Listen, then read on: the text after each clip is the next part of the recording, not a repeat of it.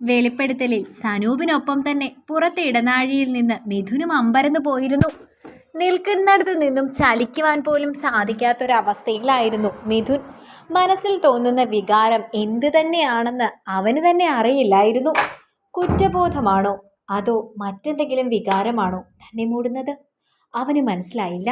തൻ്റെ സ്വാർത്ഥ താല്പര്യത്തിന് വേണ്ടി ഒരു പെൺകുട്ടിയുടെ ജീവിതം ഹോമിച്ചിരിക്കുന്നു എന്ന ചിന്ത അവനെ വല്ലാത്ത വേദനയിൽ ആഴ്ത്തിയിരിക്കുന്നു. അവളുടെ നിസ്സഹായാവസ്ഥയായിരിക്കില്ലേ അവളെ ഇങ്ങനെയൊരു തീരുമാനമെടുക്കാൻ പ്രേരിപ്പിച്ചത്? തുളസിപ്പൂവ് പോലെ നൈർമല്യമുള്ളൊരു പെൺകുട്ടിയാണ്. അവളെ കൊണ്ടല്ലെങ്കിലും ഇങ്ങനെയൊരു തീരുമാനമെടുക്കാനേ സാധിക്കും. അതിനവൾക്ക് കഴിയൂ. അത് കുറഞ്ഞ ദിവസം കൊണ്ട് മനസ്സിലാക്കിയിരുന്നു അവന് സ്വയമേ വെറുപ്പ് തോന്നി. ശിഖയോടുള്ള വാശിക്കുമപ്പുറം അമ്മയ്ക്ക് നൽകേണ്ട ഒരു സന്തോഷത്തിനു വേണ്ടി നടത്തിയ വിവാഹമാണ് സത്യത്തിലിത്. അമ്മയോട് ചെയ്തതും ഒരു വഞ്ചനയായിരുന്നു. തൻ്റെ സ്വാർത്ഥ മോഹത്തിൽ എത്ര പേരാണ് വേദനിക്കപ്പെടുന്നത്. പക്ഷേ പുറമേ ആരും ഇതറിയുന്നില്ല. എല്ലാവരുടെയും വേദന സ്വയം ഏറ്റെടുക്കുന്നത് അവളാണ്. ആ വേദന ഉള്ളിലൊതുക്കിയായിരിക്കും ഓരോ നിമിഷവും ചിലപ്പോൾ അവൾ ജീവിക്കുന്നതെന്ന് അവനും തോന്നി. ഹൃദയം വല്ലാതെ നോവുന്നത് അവൻ അറിഞ്ഞു. സരീവിൻ്റെ കാൽപെരുമാറ്റം കേട്ടപ്പോഴേക്കും പെട്ടെന്ന് തന്നെ അവിടെ നിന്നും മാറി ഉമ്മറത്തേക്ക് പോയി മിഥുൻ. ഉമ്മറത്തെത്തിയ സരയു കാണുന്നതോ മിഥുനെ ആയിരുന്നു. അവനെ കണ്ടതും വീണ്ടും ഹൃദയം പെരുമ്പറ മുഴക്കുന്നത് അവളും അറിഞ്ഞു. പക്ഷെ എന്തോ ഒരു ചിന്തയിൽ അവൻ്റെ അരികിലേക്ക് എത്തുവാനൊന്നും ആ കാലുകൾക്ക് ബലമുണ്ടായിരുന്നില്ല. ഒരു വാടിയ പുഞ്ചിരിയാണ് അവന് നൽകിയത്. തന്നെ കണ്ടപാടി അവൾ കണ്ണുകളൊന്ന് തിളങ്ങിയതും നിമി നേരം കൊണ്ട് തന്നെ ആ മുഖം വാട്ടത്തിനും വഴിമാറിയതും ഒക്കെ അവൻ കണ്ടു. അതിന് കാരണവും അവൻ അറിയാമായിരുന്നു. നിറഞ്ഞൊരു പുഞ്ചിരി തന്നെയാണ് അവൾക്ക് പകരമായി അവൻ നൽകിയത്. എന്താടാ, ഇത്രയും ദിവസം എന്നോട് ഫോണിൽ സംസാരിച്ച ആളല്ലല്ലോ മുന്നിൽ നിൽക്കുന്നത്?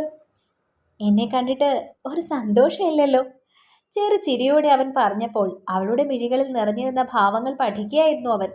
അത് വിടരുന്നതും അതോടൊപ്പം തന്നെ ആകാംക്ഷയോടെ അവനെ നോക്കുന്നതുമൊക്കെ അവന് കാണാമായിരുന്നു. ആ മിഴികളുടെ ഭാഷ ഇപ്പോൾ അവന് മനപാഠവും പരിചിതവുമാണല്ലോ. ഞാൻ കരുതിയത് എന്നെ കാണുമ്പോൾ താൻ ഭയങ്കര സന്തോഷമായിട്ട് ഞാൻ കണ്ണേട്ടനെ നോക്കിയിരിക്കുമെന്ന് പറയുമെന്നാണ്. ഒരുപാട് നേരമായോ വന്നിട്ട്? ഇല്ല, വന്നതേയുള്ളൂ. ആ കള്ളം അനിവാര്യമാണെന്ന് അവന് തോന്നിയിരുന്നു. അവൾ പറഞ്ഞതൊന്നും താൻ അറിഞ്ഞില്ല, കേട്ടില്ല എന്ന് തന്നെ അവൾ വിശ്വസിച്ചോട്ടെ. ഡോക്ടർ വന്നിട്ടുണ്ട്. കാറ് കിടക്കുന്ന കണ്ടപ്പോൾ എനിക്ക് മനസ്സിലായി. ഞാൻ സനൂപ് സാറിനെ എന്തെങ്കിലും കുടിക്കാൻ വേണ്ടി എടുക്കാൻ വന്നതാ. എങ്കിൽ പിന്നെ എനിക്കും കൂടി തണുത്ത എന്തെങ്കിലും എടുത്തു. ഞാൻ സനൂപിൻ്റെ അടുത്തുണ്ടാവും. കണ്ണേട്ടൻ്റെ ബാഗൊക്കെ കാറിലാണോ? ശങ്കരേട്ടൻ മുറിയിലേക്ക് എടുത്തു വച്ചിട്ടുണ്ട്. താൻ എന്തെങ്കിലും കുടിക്കാനെടുക്ക്. അവൻ പറഞ്ഞപ്പോൾ അവൾ അടുക്കളയിലേക്ക് പോയിരുന്നു. സനൂപിൻ്റെ അടുത്തേക്ക് നടക്കുമ്പോൾ അവൻ്റെ ഉള്ളിലും ഒരു മേളമായിരുന്നു. അതിൻ്റെ ഈണങ്ങളോ അവൾക്ക് വേണ്ടി മാത്രമുള്ളതും. കുറ്റബോധത്താൽ നിറയുമ്പോഴും മനസ്സിൻ്റെ മറുവശത്ത് ഒരു പഞ്ചാരിമേളം, ഒരു ചെറിയ സന്തോഷം എവിടെയൊക്കെയോ നിലനിൽക്കുന്നത് അവൻ അറിഞ്ഞിരുന്നു. താൻ കെട്ടിയ താലിയുടെ പേരിൽ മറ്റൊരാളെ വരിക്കില്ലെന്ന് പറഞ്ഞ് നിൽക്കുന്ന ഒരു പെണ്ണ്. തൻ്റെ താലിക്കും താൻ ചാർത്തിയ സിന്ദൂരത്തിനും അവൾ നൽകുന്ന പ്രാധാന്യം, അത് തനിക്ക് നൽകുന്ന പ്രാധാന്യം തന്നെയാണല്ലോ. ആ ഒരു ചിന്ത അവനിലെ പുരുഷനെ സന്തോഷിപ്പിക്കാൻ ഉതകുന്നത് തന്നെയായിരുന്നു. സനൂപ് ഒരു നിമിഷം മിഥുനെ കണ്ടപ്പോൾ ഏറെ സന്തോഷത്തോടെ എഴുന്നേറ്റ് അവനെ ഒന്ന് പുണർന്നു. എന്താടാ, നിന്നെ വിളിച്ചിട്ടൊന്ന് ഫോൺ പോലും എടുക്കില്ല? ഷൂട്ടായിരുന്നടാ. നിനക്കറിയാലോ ഷൂട്ടിംഗ് സമയത്ത് ആര് വിളിച്ചാലും എടുക്കില്ലെന്ന്. നീ എന്നാ നാട്ടിലെത്തിയത്? ഞാൻ ഇന്നലെ ഈവനിങ് വന്നിരുന്നു. എന്തൊക്കെയുണ്ട് വിശേഷം? നിനക്കല്ലേ വിശേഷമൊക്കെ. ഹണിമൂൺ എവിടെയാണ് പ്ലാൻ ചെയ്യുന്നത്?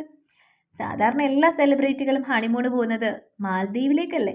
ഞാനും ഒന്ന് പോയാലോ എന്ന് ആലോചിച്ചുകൊണ്ടിരിക്കുക. ചെറു ചിരിയോടെയാണ് മിഥുൻ പറഞ്ഞത്. ആ ചിരിയിൽ സനൂപും പങ്കുകൊണ്ടു. ഷൂട്ട് തുടങ്ങി അല്ലേ? നേരത്തെയുള്ള ഷൂട്ടായിരുന്നടാ. ഒരു ഫൈറ്റ് സീൻ കൂടി ബാക്കിയുണ്ടായിരുന്നു. ഒരു 10 ദിവസം ഫ്രീയാ. അത് കഴിഞ്ഞുണ്ടാവും പുതിയ ഫിലിം. അതിനിടയിൽ സരീവിൻ്റെ കോളേജിലൊന്ന് പോകണം. പഠിക്കാൻ ഇൻട്രസ്റ്റ് ഉള്ള കുട്ടിയാണേ. നമ്മൾ കാരണം പഠിത്തം മുടങ്ങാൻ പാടില്ലല്ലോ. തൽക്കാലം ഡിസ്റ്റൻസ് ആയിട്ട് പഠിക്കാനുള്ള കാര്യങ്ങളൊക്കെ കോളേജിൽ പോയിട്ട് ചെയ്യണം എന്നാണ് ഞാൻ വിചാരിക്കുന്നത്. ഞാൻ വന്നല്ലേ ഉള്ളൂ. ന്യൂ ലൈഫ് എങ്ങനെയുണ്ട്? ഒരു ആകാംക്ഷയോടെയാണ് സനൂപ് ചോദിച്ചത്. പച്ച മലയാളത്തിൽ പറഞ്ഞാൽ വല്ലാത്ത സമാധാനമുണ്ട്. ഈ കഴിഞ്ഞ കുറച്ച് ദിവസങ്ങൾ അതാണ് എൻ്റെ സനൂപേ ജീവിതത്തിൽ ഏറ്റവും സമാധാനം നിറഞ്ഞ ദിവസങ്ങളെന്ന് പറഞ്ഞാലും തെറ്റില്ല. സത്യം പറഞ്ഞാൽ സരീവിനെ പോലൊരു പെൺകുട്ടിയായിരുന്നു ഞാൻ യഥാർത്ഥത്തിൽ വിവാഹം കഴിച്ചിരുന്നതെങ്കിൽ എൻ്റെ ജീവിതം തന്നെ വളരെ മനോഹരമായേനെ. അവൻ്റെ വെളിപ്പെടുത്തലിൽ നിന്ന് തന്നെ സരയു അവനിൽ എത്രത്തോളം സ്വാധീനം ചെലുത്തിയിട്ടുണ്ടെന്ന് സനൂപിന് മനസ്സിലായിരുന്നു. അഡ്വക്കേറ്റ് ശ്രീജിത്ത് 2-3 വട്ടമായിട്ട് എന്നെ വിളിച്ചിരുന്നു. നീ പറഞ്ഞില്ലേ ഡിവോഴ്സ് പെറ്റീഷൻ തയ്യാറാക്കണമെന്ന്? അതിൻ്റെ പേപ്പറൊക്കെ റെഡി ആയിട്ടുണ്ട്. അത് പറയാനാണ് ശ്രീജിത്ത് വിളിച്ചത്. അപ്പോൾ അതിനാണ് നിന്നെ കാണാൻ വേണ്ടി വന്നത്. നാളെയോ മറ്റന്നാളോ നിങ്ങൾ രണ്ടുപേരും കൂടി ശ്രീജിത്തിൻ്റെ ഓഫീസിലേക്കൊന്ന് ഇറങ്ങുകയാണെങ്കിൽ ഫുൾ ഡീറ്റെയിൽസ് ഒക്കെ പറഞ്ഞു തരും. തൽക്കാലം അത് വേണ്ട സനൂപേ. മിഥുൻ്റെ ആ വാക്കിൽ പോലും ഒന്ന് അമ്പരന്നു പോയിരുന്നു സനൂപ്. ഒന്നും മനസ്സിലാവാതെ അവൻ മുഖത്തേക്ക് നോക്കി. എന്താടാ, ഈ വളരെ കുറച്ച് ദിവസം കൊണ്ട് സരയു അവസ്ഥയ്ക്ക് പിടിച്ചോ? ചെറു ചിരിയോടെയാണ് അവനത് ചോദിച്ചത്. ചിരിയോടെ തന്നെ മിഥുനും പറഞ്ഞു, അതുകൊണ്ടല്ലടാ. ഒന്നാമത്തെ കാര്യം, ഞങ്ങളുടെ കല്യാണം കഴിഞ്ഞിട്ട് വളരെ കുറച്ച് സമയമായിട്ടുള്ളൂ. ഇതിനിടയിൽ ഞാൻ വീണ്ടും ഒരു അഡ്വക്കേറ്റിനെ കാണാൻ പോയെന്നൊക്കെ അറിഞ്ഞാൽ മീഡിയയ്ക്ക് അതൊരു ന്യൂസാകും. എന്തെങ്കിലും ഒരു സോഴ്സ് കിട്ടിയാൽ പിന്നെ അത് മതിയല്ലോ. അതിൻ്റെ പേരിലായിരിക്കും അടുത്ത ന്യൂസുകളൊക്കെ. കുറച്ചു കാലം ന്യൂസുകളിലൊന്നും എനിക്ക് താല്പര്യമില്ല. ഉടനെ വേണ്ടത് 1 വർഷത്തെ സമയമുണ്ടല്ലോ. നീ അമ്മയെ കണ്ടില്ലല്ലോ, വാ. മിഥുനൊപ്പം അരുന്ധതിയുടെ മുറിയിലേക്ക് ചെന്നിരുന്നു സനൂപ്. അവൻ്റെ നല്ല ജീവിതം കണ്ടിട്ടുള്ള സന്തോഷമാണ് അരുന്ധതിയുടെ മുഖത്ത്. ആ സമയം കൊണ്ട് നല്ല തണുത്ത പൈനാപ്പിൾ ജ്യൂസ് 2 പേർക്കും എടുത്തുകൊണ്ട് സരയുവും വന്നു. എത്ര വേണ്ടെന്ന് വെച്ചിട്ടും അറിയാതെ മിഥുൻ്റെ കണ്ണുകൾ സരയുവിൻ്റെ മുഖത്തേക്ക് വീഴുന്നുണ്ടായിരുന്നു. ഓരോ ജോലികളിൽ ഏർപ്പെട്ട് നിൽക്കുന്നവൾ അത് ശ്രദ്ധിക്കുന്നില്ലെങ്കിലും സനൂപിന് അത് മനസ്സിലാവുന്നുണ്ടായിരുന്നു. എല്ലാവരോടും യാത്ര പറഞ്ഞ് സനൂപ് ഇറങ്ങിക്കഴിഞ്ഞപ്പോൾ മുറിയിലേക്ക് പോകും മുൻപ് മിഥുൻ അവളുടെ മുഖത്തേക്ക് നോക്കി പറഞ്ഞു, താനൊന്ന് മുറിയിലേക്ക് വാ, ഒരു കാര്യം പറയാനുണ്ട്. അവൾ തലകുലുക്കി സമ്മതിച്ചിരുന്നു. അരുന്ധതിയുടെ അടുത്ത് കുറച്ച് സമയം ഇരുന്നതിന് ശേഷം സരയു നേരെ മുറിയിലേക്ക് ചെന്നിരുന്നു. അപ്പോൾ മിഥുൻ കുളിയൊക്കെ കഴിഞ്ഞ് മുടി ചെയ്യുന്ന തിരക്കിലാണ്. അകത്തേക്ക് കയറണോ വേണ്ടയോ എന്നൊക്കെ ഒന്ന് അന്തിച്ച് നിന്നു അവൾ. അങ്ങനെ നിൽക്കുന്നവളെ നോക്കി അവൻ പറഞ്ഞു, കയറി വാടോ. ഈ 4 ദിവസം കൊണ്ട് നമ്മൾ തമ്മിലുള്ള ഡിസ്റ്റൻസ് പിന്നെയും കൂടിയോ? ചെറു ചിരിയോടെയാണ് അവനത് ചോദിച്ചത്. ബാൽക്കണിയിലേക്ക് നടന്നവനെ അവളും അനുഗമിച്ചു. താൻ ഇരിക്കും. കസേരയിൽ ഇരുന്നുകൊണ്ട് അവൻ പറഞ്ഞപ്പോൾ അവൻ്റെ അഭിമുഖമായി അവളും ഇരുന്നിരുന്നു. കയ്യിലുണ്ടായിരുന്ന ഒരു പൊതി അവൾക്ക് നേരെ അവൻ നീട്ടിപ്പിടിച്ചു. ഇത് ഞാൻ തനിക്ക് വേണ്ടി വാങ്ങിയതാണ് കേട്ടോ. ഇതെന്താ കണ്ണേട്ടാ? തുറന്നു നോക്ക്. അവനത് പറഞ്ഞപ്പോൾ അവളെ പൊതി അഴിച്ചിരുന്നു.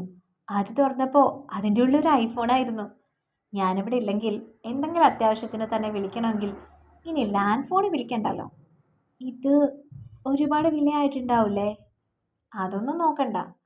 അതല്ല കണ്ണേട്ടാ, എനിക്കിത് ഉപയോഗിക്കാൻ അറിയില്ല. താൻ ഈ നൂറ്റാണ്ടിലുള്ള പെണ്ണ് തന്നെയാണോടോ? അത്ഭുതത്തോടെ ചോദിച്ചു മിഥുൻ. കൂട്ടുകാർക്കൊക്കെ ഉണ്ടായിരുന്നു, പക്ഷേ ഞാനത് ഉപയോഗിച്ചിട്ടില്ല. അതുകൊണ്ട് അറിയില്ല. ഒരുപാടൊന്നും അറിയാനില്ല. നമുക്കിപ്പോൾ തന്നെ പഠിക്കാം. എങ്ങോട്ട് നീങ്ങി നിൽക്കാം. അവൻ തന്നെ കസേര അവൾക്ക് അരികിലേക്ക് നീക്കിയിട്ട് അവൾക്ക് ഓരോന്ന് കാര്യങ്ങളും പറഞ്ഞു കൊടുക്കാൻ തുടങ്ങി. വിശദമായി ഓരോന്നും പറയുന്നതിനിടയിലാണ് അവളുടെ മുഖത്തിന് നേരെയായിരുന്ന അവൻ്റെ മുഖം അവൻ ശ്രദ്ധിച്ചത്. അവളുടെ മുടിയിൽ നിന്ന് വമിച്ച കാച്ചെണ്ണയുടെ ഗന്ധം ഒരു നിമിഷം അവളിലേക്ക് നോക്കുവാൻ അവനെ പ്രേരിപ്പിച്ചിരുന്നു. അത്രയും അടുത്ത് ആ മുഖം അവൻ ആദ്യമായി കാണുകയായിരുന്നു. ഒരു വിരൽ ദൂരം മാത്രമാണ് തങ്ങൾക്കിടയിലുള്ളത്. ഫോണിൽ മാത്രമാണ് അവളുടെ ശ്രദ്ധ. താൻ പറഞ്ഞു കൊടുക്കുന്നതൊക്കെ വ്യക്തമായി അവൾ മനസ്സിലാക്കിയെടുക്കുകയാണ്. ഒരു നിമിഷം ഫോണിൽ നിന്നും അവൻ്റെ ശ്രദ്ധ അവളുടെ മുഖത്തേക്ക് നീണ്ടു. പീലികൾ നിറഞ്ഞ വിടർന്ന കണ്ണുകളാണ് സരയുവിൻ്റെ. നന്നായി അടുത്ത് കാണുമ്പോൾ സ്വർണ്ണ രോമങ്ങൾ നിറഞ്ഞ മുഖം, നീണ്ട നാസികയും നനുത്ത ചുണ്ടുകളും ആ മുഖത്തെ ഒന്നുകൂടി സുന്ദരമാക്കി. മൂക്കിനും ചുണ്ടിനും ഇടയിലായി ഒരു കുഞ്ഞു മറുകുണ്ട്. കുറച്ച് സമയം അവൻ അതങ്ങനെ നോക്കിയിരുന്നു. കുറേ നേരമായിട്ടും അവനിൽ നിന്നും യാതൊരു പ്രതികരണങ്ങളും ഉണ്ടാവാത്തപ്പോഴാണ് അവൾ അവൻ്റെ മുഖത്തേക്ക് നോക്കിയത്. ഒരു നിമിഷം അവൻ വല്ലാതായിപ്പോയി. വീണ്ടും അവൻ ഫോണിലേക്ക് മുഴുകി. അവൾക്കതിൻ്റെ പ്രവർത്തനങ്ങൾ ശരിയായ രീതിയിൽ പറഞ്ഞു കൊടുത്തു. അവൻ എത്ര ശ്രമിച്ചിട്ടും മനസ്സ് തൻ്റെ വരുതിയിൽ വരുന്നില്ലെന്ന് തോന്നി. എന്താ തനിക്ക് സംഭവിക്കുന്നേ? അതറിയാതെ അവനും വല്ലാത്തൊരവസ്ഥയിലായിരുന്നു. അവൻ തന്നെ ഫോണിൽ നിന്നും അവൻ്റെ നമ്പറും സേവ് ചെയ്തിട്ടു. പേരെന്താ വെക്കണ്ടേ?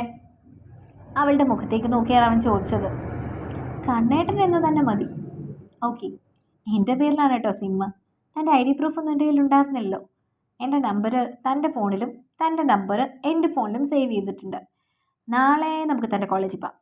ഞാൻ വിളിച്ച് സംസാരിച്ചിരുന്നു. പ്രിൻസിപ്പാളിനോട് പറഞ്ഞിട്ടുണ്ട് നമ്മൾ അവിടേക്ക് വരുമെന്ന്. കണ്ണേട്ടൻ പ്രിൻസിപ്പാളിനെ അറിയായിരുന്നോ? അത്ഭുതത്തോടെ അവൾ ചോദിച്ചു. നേരിട്ടറിയണമെന്ന് നിർബന്ധമുണ്ടോ? ഞാൻ ജസ്റ്റ് എൻ്റെ ഫാൻസിലുള്ള ഒരു പയ്യന്മാരെ കൊണ്ട് പറഞ്ഞാൽ അവർ ചെന്ന് കാണുമല്ലോ. അവർ ചെന്ന് കണ്ട് സംസാരിച്ചിരുന്നു. നാളെ നമ്മൾ വരുമ്പോൾ ആൾക്കൂട്ടം ഉണ്ടാവണ്ടെന്ന് കരുതിയാ നേരത്തെ തന്നെ വിളിച്ചത്. നാളെ ഞാൻ ഫ്രീയാ. തിരിച്ചു പോരുമ്പോൾ തൻ്റെ വീട്ടിലും കയറിയിട്ട് പോരാം. അത് പറഞ്ഞപ്പോഴേക്കും അവളുടെ മുഖം ഒന്ന് തെളിഞ്ഞത് അവൻ കണ്ടിരുന്നു.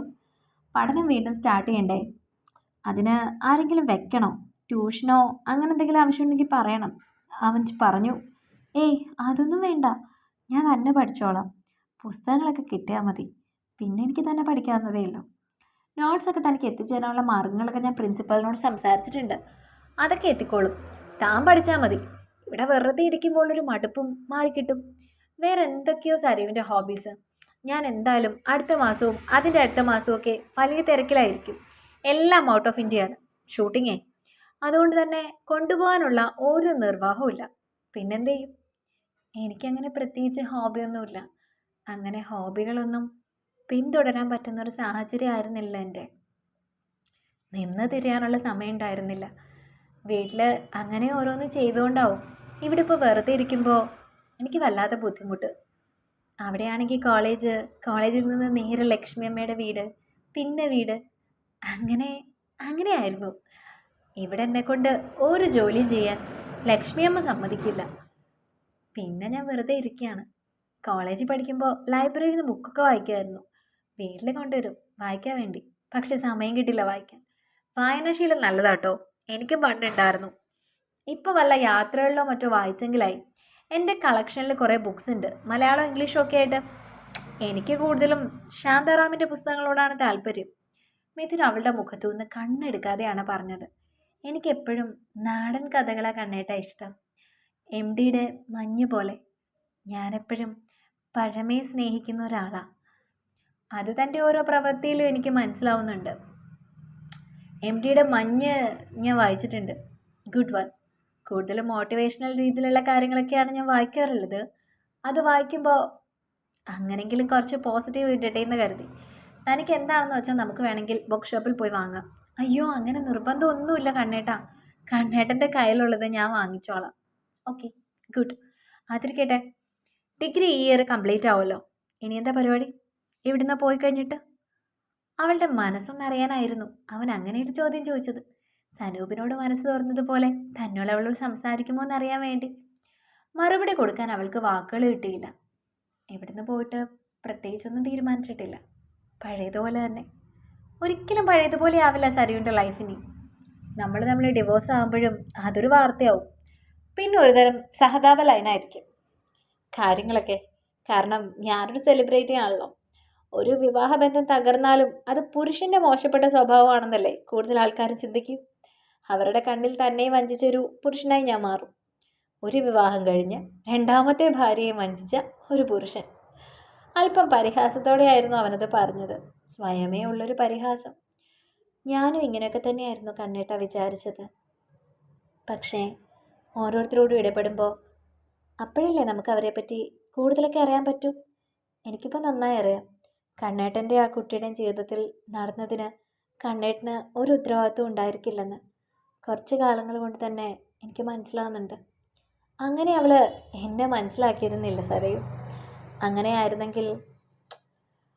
ഓർമ്മകളിൽ ഒരു നിമിഷം അവനൊരു തിരനോട്ടം നടത്തി. അത് പോട്ടെ, അതൊക്കെ കഴിഞ്ഞ കാര്യങ്ങൾ.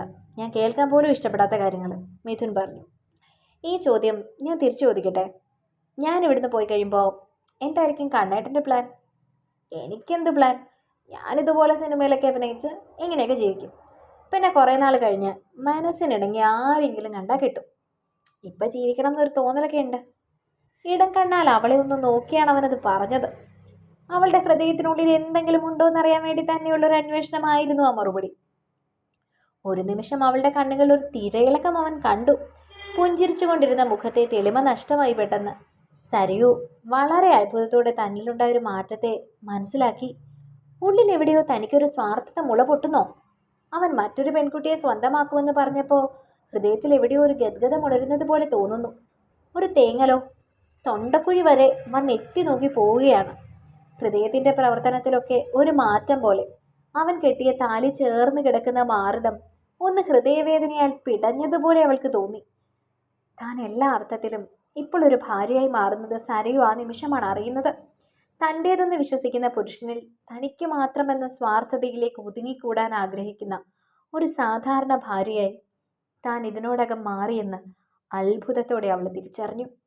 അവൻ മറ്റൊരാൾക്ക് സ്വന്തമാകുമെന്ന് പറഞ്ഞപ്പോൾ എന്തിനാണ് തൻ്റെ ഹൃദയം ഇത്രമേൽ വേദനിച്ചത്?